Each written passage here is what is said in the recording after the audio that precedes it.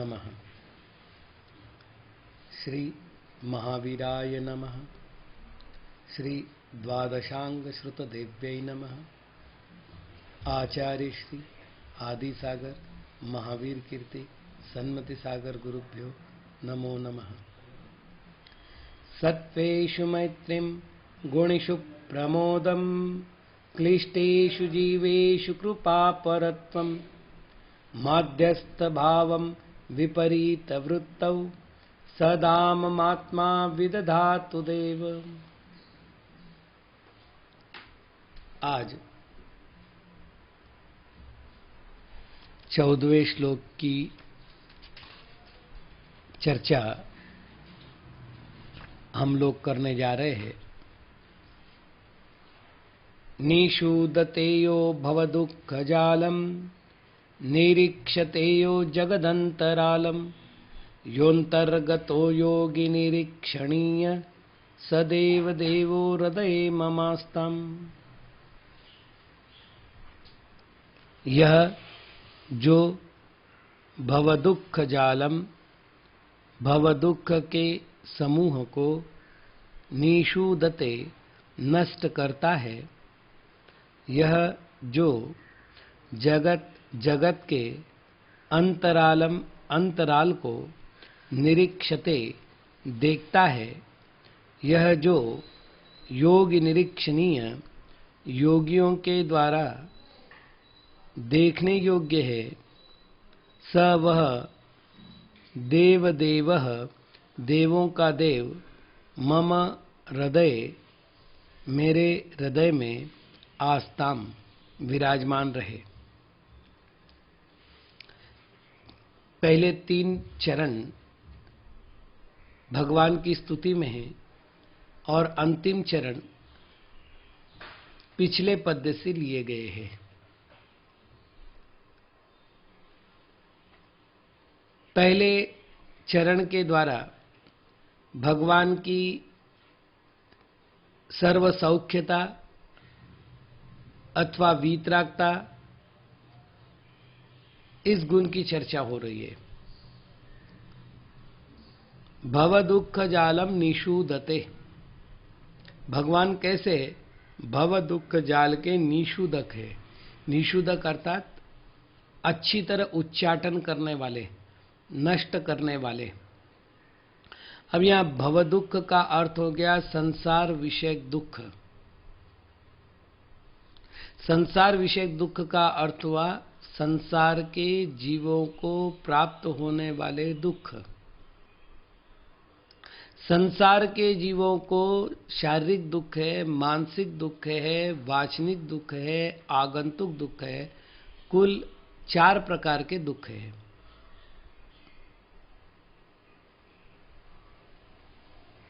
वैसे दुखों के कितने भेद किए जाए, इसको लेकर के विविध प्रकार की चर्चा हो सकती है। जैसे कार्तिकेय अनुप्रेक्षा ग्रंथ में आचार्य स्वामी कुमार जी ने नरक में प्राप्त होने वाले दुखों को 5 भागों में बांटा है। तो वहां भूमिगत दुख है, भूख प्यास के दुख है, असुरोदरित दुख है, परस्परोदरित दुख है। तो एक ये पद्धति है। लेकिन इन सारे दुखों को यदि हम एक स्थान पर ले आवे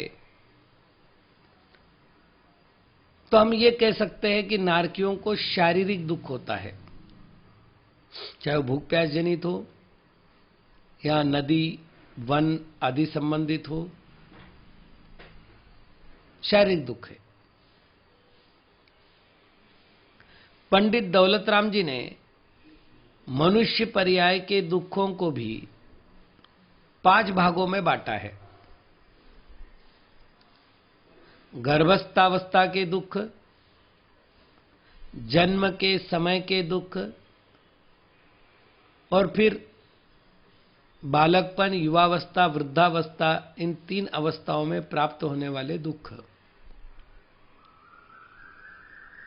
लेकिन यदि इन 5 को संकलित कर दिया जाए तो ये कहा जा सकता है कि ये सारे शारीरिक दुख है।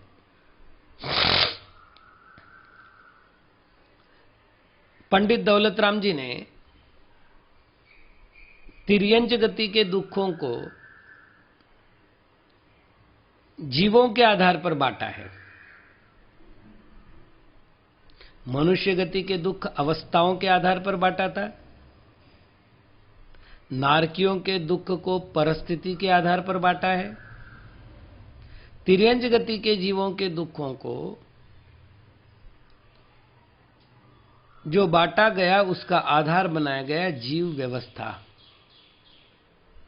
तो एकेंद्रिय की दो व्यवस्थाएं उन्होंने बनाई, एक निगोदीय अवस्था के दुख और एक अन्य एकेंद्रियों की दुख, अर्थात पृथ्वी का एक, जल का एक, अग्नि का एक, वायु का एक और प्रत्येक वनस्पति का एक जीवों के दुख। तो एकेंद्रिय के दो प्रकार के दुख हुए। फिर विकलेंद्रिय के दुख, असंगी पंचेंद्रिय के दुख और संगी पंचेंद्रिय के दुख। तो एकेंद्रिय के दो, विकलेंद्रिय का एक, असंगी का एक और संगी का एक, ऐसे 5 भागों में तिर्यंच गति के दुखों का वर्णन हुआ। लेकिन अब इनको सबका समायोजन कर ले तो एक शब्द में कहा जा सकता है कि सारे शारीरिक दुख है। तो प्राय 3 गति के दुखों की जो चर्चा हुई है वो 3 गति के दुखों की चर्चा का मूल आधार शारीरिक दुख है। तिर्यंच गति में और मनुष्य गति में आगंतुक दुख भी होते हैं, जैसे कोरोना, जैसे अचानक बिजली कड़ाड़ना और कहीं आकर गिरना और उसके कारण से कई लोगों की मृत्यु अथवा अपंग होना, भूकंप, इनको मतलब प्रकृति से आने वाले दुखों को आगंतुक दुख कहा है, ये भी हो सकते हैं। मनुष्य गति में एक दुख और बढ़ता है जो वाचनिक दुख है। किसी ने अपमानजनक शब्द बोल दिया, किसी ने गाली दे दी, अपशब्द कह दिए, वाचनिक दुख है।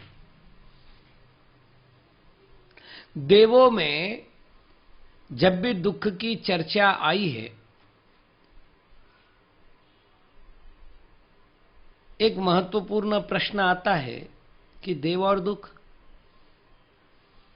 क्योंकि स्थिति प्रभाव सुख द्युतिलेशा विशुद्धिन्द्रियावधि विषय तो धिकाहा, इस सूत्र के द्वारा उमा स्वामी महाराज कहते हैं जैसा जैसा स्वर्ग बढ़ता जाता है वैसे वैसे सुख बढ़ते जाते हैं।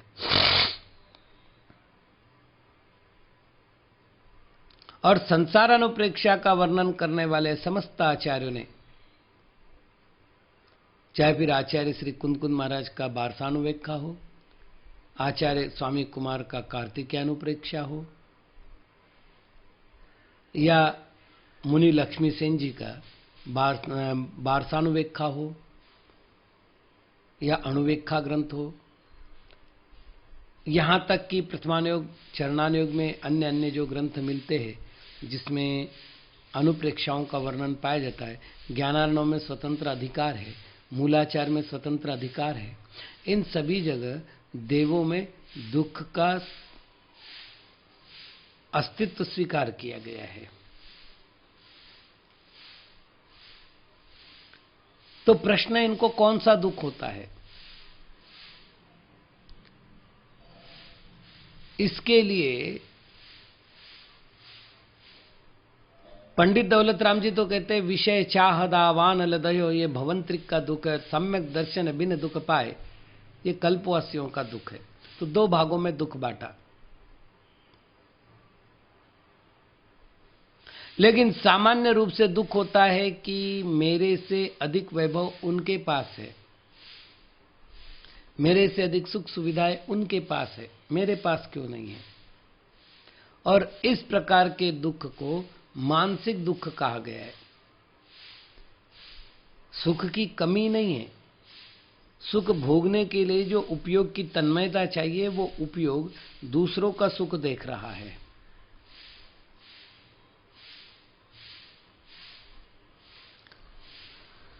तो देवों में मुख्य रूप से मानसिक दुख है, शारीरिक दुख तो उनको हो ही नहीं सकता। एक दुख जरूर शारीरिक रूप से स्वीकार करना पड़ेगा, वो है 6 महीने पहले जब गले की माला मुरझाती है तो मेरी ये पर्याय छूट जाएगी, ऐसा सोच करके जो मन में विकलता उत्पन्न होती है, उससे शरीर में कंपन आदि होना, भयभीतपना होना, ये उनका शारीरिक दुख हो सकता है, लेकिन इसकी गणना की नहीं जाती। तो मुख्य रूप से मानसिक दुख हो गया। तो संसार में जितने दुख है उसकी जाति अलग हो सकती है, प्रकार अलग हो सकते हैं, मात्रा अलग हो सकती है, लेकिन इन सब के साथ ये 4 में से किसी एक में उनको डालने की विधि आ सकती है, चाहे शारीरिक में डाले, वासनिक में डाले, मानसिक में डाले, आगंतुक में डाले। तो ये जो दुख हुए हैं, इन दुखों को पूर्ण रूप से नष्ट किया है उस देव ने, जिनको हम देव देव, देवाधिदेव आदि शब्दों से कहते हैं। तो अर्थ हुआ भवदुख जालम निषूदते, जो भव दुख के जाल को विनष्ट कर चुके हैं। उससे उनको क्या हुआ? तो केवल ज्ञान की प्राप्ति हुई। केवल ज्ञान के फल से क्या हुआ? तो जगत अंतरालम निरीक्षते। अब दूसरी बात कर रहे हैं कि जगत के अंतराल को देखते हैं।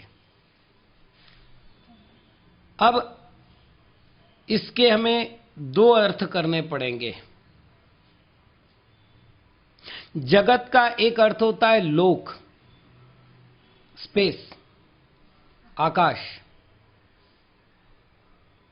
अतः जगत के अंतराल को देखते हैं, अर्थात जगत में जितनी वस्तुएं हैं चेतनात्मक अचेतनात्मक, उनको देखते हैं। और हमारे यहां जगत शब्द कहा गया है लोकाकाश को।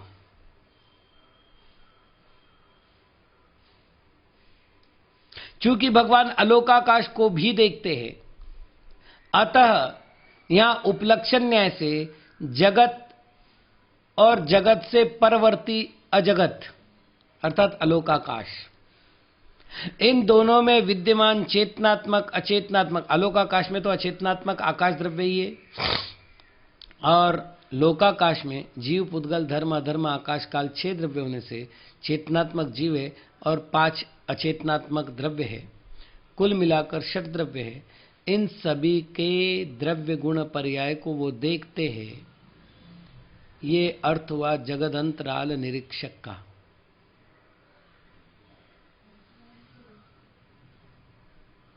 लेकिन अब दूसरा अर्थ भी किया जा सकता है। आधार में, आधेय में आधार का उपचार करके आधार रूप में ही उसको कहा जाता है। तो जगत ये तो आधार है जीवों का, तो हमने आधार को ही कथन कर दिया जगत, इसलिए जगत शब्द का अर्थ हम कर ले वे जीव।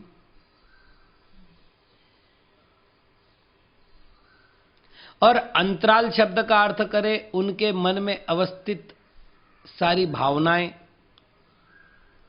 अब अर्थ दूसरा हो गया, जगत अंतराल रालम निरीक्षते, जगत के अंतराल को देखते हैं, अर्थात जीवों के मन में क्या है उसका भली भांति निरीक्षण करते हैं। एक बात ठीक से ध्यान रखना, देखने में कोई विकल्प नहीं होता, इसका भला हो इसका बुरा हो, ये अच्छा नहीं है ये अच्छा है, ये भावनाओं के बहाव है, ये मोहनीय कर्म की पर्याय हैं। तीर्थंकर भगवान या जिनेंद्र भगवान या जिन्हें यहां देवाधिदेव कहा गया है, इनमें भावनाओं के ज्वार भाटे नहीं उठते। अतः ये अच्छा ये बुरा इनमें कोई परिवर्तन होना चाहिए, ये भावनाएं वो नहीं करते। उनका काम केवल और केवल जानना, देखना है। तो जगत अंतरालम निरीक्षते।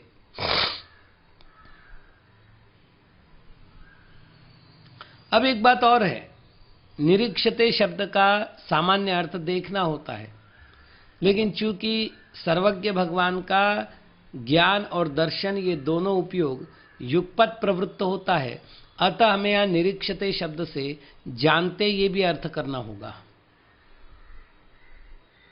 शब्दकोश के अनुसार नहीं होता, अर्थात व्याकरण शास्त्र के अनुसार निरीक्षते शब्द का अर्थ जानते हैं नहीं होता, देखते इतना ही होता है। अतः हमें आगमार्थ करना पड़ेगा कि सर्वज्ञ भगवान जुगवम जम्मा केवलिना है, ये नियम है। सर्वज्ञ भगवान में युगपद ज्ञान दर्शन प्रवृत्ति होती है, अतः उपयोग प्रवृत्ति की एक समयवर्तीता से वे निरीक्षते के साथ जानते भी है। अतः निरीक्षते शब्द से दो उपयोगों का या दो प्रवृत्तियों का ग्रहण करना होगा। आगे है अंतर्गतः योगी निरीक्षणीय, जो अंतर्मुख हुए, अंतर में गए हुए, अपने आप का अन्वेषण करने वाले योगियों के द्वारा निरीक्षण करने योग्य है।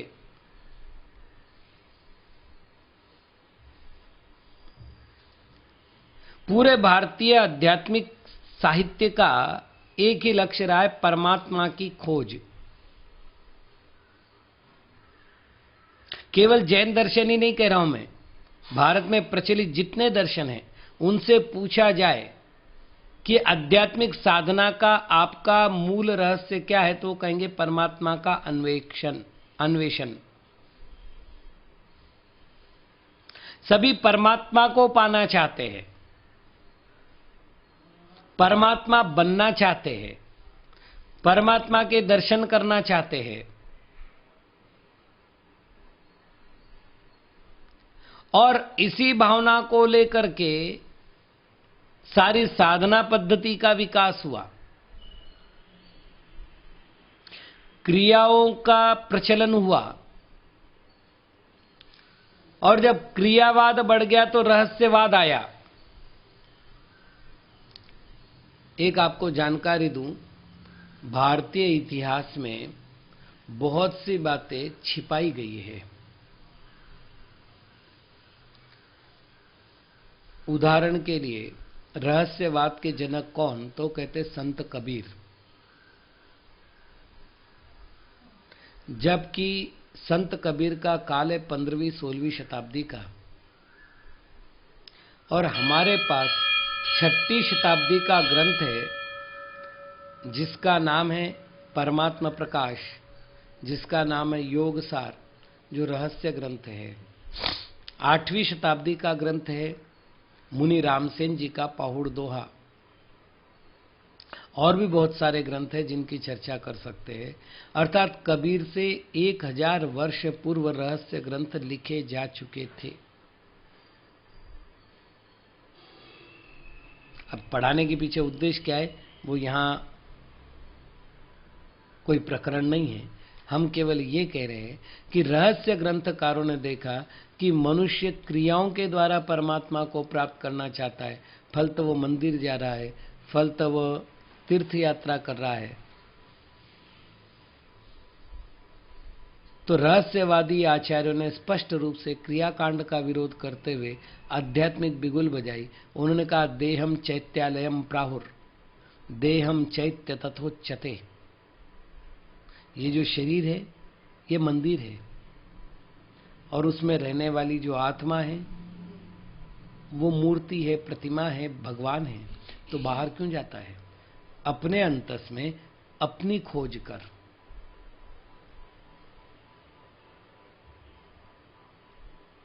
यहां पर परमात्मा को प्राप्त करने का, परमात्मा का निरीक्षण करने का, परमात्मा के दर्शन करने का उपाय बताते हैं जिनको योगियों ने पाया। योगी अंतर्गतः निरीक्षणीय, अंतर में गया हुआ योगी, अपनी आत्मा के गहराई तक डूबा हुआ योगी ही उस परमात्मा को देख सकता है, बाकी नहीं देख सकते। क्रियाओं के द्वारा, तीर्थाटन के द्वारा, दान आदि के द्वारा, पूजा आदि के द्वारा हम परिणामों की निर्मलता बना सकते हैं। जीव जगत के साथ कारुण्य का, मैत्री का संबंध जोड़ सकते हैं। परमात्मत्व को उपलब्ध नहीं हो सकते। परमात्मा को उपलब्ध करने के लिए अंतर में ही जाना पड़ेगा, स्वयं में ही खोजना पड़ेगा। तो योंतर्गतो योगी निरीक्षणीय, ये 3 प्रकार के गुण जिसमें पाए जाते हैं, अर्थात भव दुख निषूदता, जगदंतराल निरीक्षता और योगी निरीक्षणीयता, इन 3 गुणों के धारक जो परमात्मा है वो मेरे हृदय में विराजमान रहे, ऐसी प्रार्थना हम सभी भक्तगण कर रहे हैं। आगे 15वां पद्य है, विमुक्ति मार्ग प्रतिपादको यो जन्म मृत्यु व्यसनाद्यतीतः त्रिलोकलोकी विकलो कलंकः सदैव देवो हृदये ममस्तम्। भगवान के 5 गुणों की चर्चा इस पद्य में की गई है, पद्य के 3 चरणों द्वारा, और चौथे चरण में वही कामना की गई जो पहले से करते आ रहे, सदैव देवो हृदय ममास्ताम। तो भगवान में पाए जाने वाला सबसे बड़ा विशिष्ट पहला गुण विमुक्ति मार्ग प्रतिपादकः। विमुक्ति अर्थात मोक्ष, मार्ग का अर्थ है पथ। सम्यक दर्शन, सम्यक ज्ञान, सम्यक चारित्र, ये मोक्ष का मार्ग है। उस मार्ग का जो प्रतिपादक है अर्थात कथन करने वाला है, वो कहलाता है विमुक्ति मार्ग प्रतिपादक। दूसरे गुण की चर्चा कर रहे, जन्म मृत्यु व्यसन आदि अतीतः। व्यसन शब्द के लौकिक अर्थ में बुरी आदत को व्यसन कहते हैं, ये तो सभी को पता है, किंतु संस्कृत भाषा में व्यसन शब्द का एक अर्थ है दुख, संकट। अतः यह अर्थ होगा जन्म मृत्यु आदि के दुख से अतीत है, रहित है, शून्य है, मुक्त है। अब यहां पर 2 ही दुख बताए गए हैं, जन्म मृत्यु, चूंकि ये पद्य ग्रंथ है और संक्षिप्त ग्रंथ है, किंतु सामान्य रूप से देव का स्वरूप बताते समय आचार्य कुंद महाराज ने कहा है 18 दोष वज्ये देवे। भगवान में 18 दोष नहीं होते। इसकी चर्चा करते समय रत्नकर्ण श्रावकाचार्य में एक श्लोक आता है, क्षुत पिपासा जरातंक जन्मांतक भयस्मया न राग द्वेष मोहाश्च यस्याप्तः स प्रकीर्त्यते। नियम सार में 2 श्लोक गाथाओं के द्वारा 18 दोषों के नाम गिनाए गए हैं, फिर भी पूर्णता नहीं है, क्योंकि दोष 18 नहीं होते। अनंत दोषों को 18 दोषों में बांटा गया है। अब आप कहोगे अनंत शब्द दोषों के लिए कहां से लाया? तो समंतभद्र महाराज ने अनंतनाथ भगवान की स्तुति करते समय अनंत दोषाशय विग्रहो ग्रहो इस शब्द का प्रयोग किया है। दोष अनंत है, उसको 18 भागों में बांटा। 18 का कथन एक छंद में नहीं हो सकता था, तो आचार्य महाराज ने 2 शब्दों में ले लिया, जन्म मृत्यु, और इसके बीच में आने वाले जितने दुख है वो सारे जन्म मृत्यु में समाविष्ट हो जाते हैं। अपन कहते हैं ना A to Z, तो ए कह दिया, जेड कह दिया, और बाकी जो शब्द आए वो सारे बीच में आ गए, ए और जेड के बीच में। तो यहां भी ऐसा ही समझना है, पर्याय का आदि जन्म है, पर्याय की समाप्ति मृत्यु है, और उन दोनों के बीच में आने वाले जितने ही दोष है वो उनमें गर्भित कर लेने हैं। त्रिलोकलोकी, भगवान तीन लोक को देखने वाले हैं। लोकन करना अर्थात देखना, उसी से अवलोकन शब्द बनता है। तो लुक धातु है, उससे लोक बनता है, और लुक्स धातु का अर्थ होता है देखना। तो त्रिलोक लोकी, जो तीन लोक को देखने वाले हैं, स्वयं विकल है। कल अर्थात शरीर, और वि अर्थात रहित, जिनके पास शरीर नहीं है। अब सामान्य रूप से अरिहंत परमात्मा के पास शरीर होता है। अरिहंत परमात्मा में दो गुणस्थान हो गए, सयोग केवली और अयोग केवली, किंतु वह शरीर नष्ट होना है, ये निश्चित है। इसलिए द्रव्य निक्षेप से उनको भी हम विकल कह देते हैं, अथवा सिद्ध परमेष्टि विकल है, इसमें तो कोई प्रश्न ही नहीं उठा। विकल होने के साथ साथ भगवान अकलंक है। कलंक अर्थात दोष। अब कलंक अर्थात गंदगी, मलिनता, और मलिनता का कारण हमने आध्यात्मिक ग्रंथों में माना है कर्मों को, और कर्मों में भी मुख्य रूप से भाव कर्मों को। और जब हम भाव कर्म की बात करते हैं तो मोहनीय कर्म आता है, क्योंकि राग द्वेष आदि भाव मोहनीय जन्य होते हैं, अन्य कर्म जन्य नहीं होते। तो कलंक का अर्थ जब भी हम भाव कर्म लेंगे और भाव कर्म का संबंध मोहनीय से होगा, तो फिर अरिहंत परमात्मा भी अकलंक है, अर्थात कलंक से मुक्त है। यदि कलंक शब्द का अर्थ कर्म सामान्य कर दिया जाए, तो संसार को उत्पन्न करने वाले जो घातिया कर्म हैं, उन घातिया कर्मों के कलंक से रहित होने से अरिहंत परमात्मा अकलंक है, और घाती अघाती रूप दोनों ही प्रकार के कर्म से मुक्त होने के कारण सिद्ध भगवान अकलंक है। अब यहां पर 5 विशेषण पूर्ण हुए हैं, जिसमें से पहला विशेषण है विमुक्ति मार्ग प्रतिपादको यो। हम थोड़ा सा अन्यत्र अन्वेषण करते इसका, तो मोक्ष मार्ग से नेतारम का पर्यायवाची हो गया विमुक्ति मार्ग प्रतिपादको यो। और इस विशेषण के द्वारा भगवान के हितोपदेशिता का वर्णन किया गया कि भगवान हितोपदेशी है, क्योंकि विमुक्ति के मार्ग का प्रतिबोधन करा रहे हैं। यो जन्म मृत्यु व्यसनाद्यतीत भेत्तारम कर्मभूभृताम, भेत्तारम कर्मभूभृताम शब्द के द्वारा उन्होंने वीतरागता गुण को प्रकट किया है। यहां जन्म मृत्यु व्यसनाद्यतीत के द्वारा कर्मभूभृताम को प्रकट किया है। साथ में विकल शब्द के द्वारा, अकलंक शब्द के द्वारा भी वीतरागता प्रकट की है। तो वीतरागता प्रकट करने के लिए 3 विशेषण हो गए, जन्म मृत्यु व्यसनाद्यतीत 1, विकल 2 और अकलंक 3। अंत में बचा ज्ञातारम विश्व तत्वानाम। यहां उसके लिए आ रहा है त्रिलोकलोकी, क्योंकि अभी मैंने बताया था सर्वज्ञ भगवान के पास दर्शन और ज्ञान दोनों उपयोग की प्रवृत्ति युगपत होती है।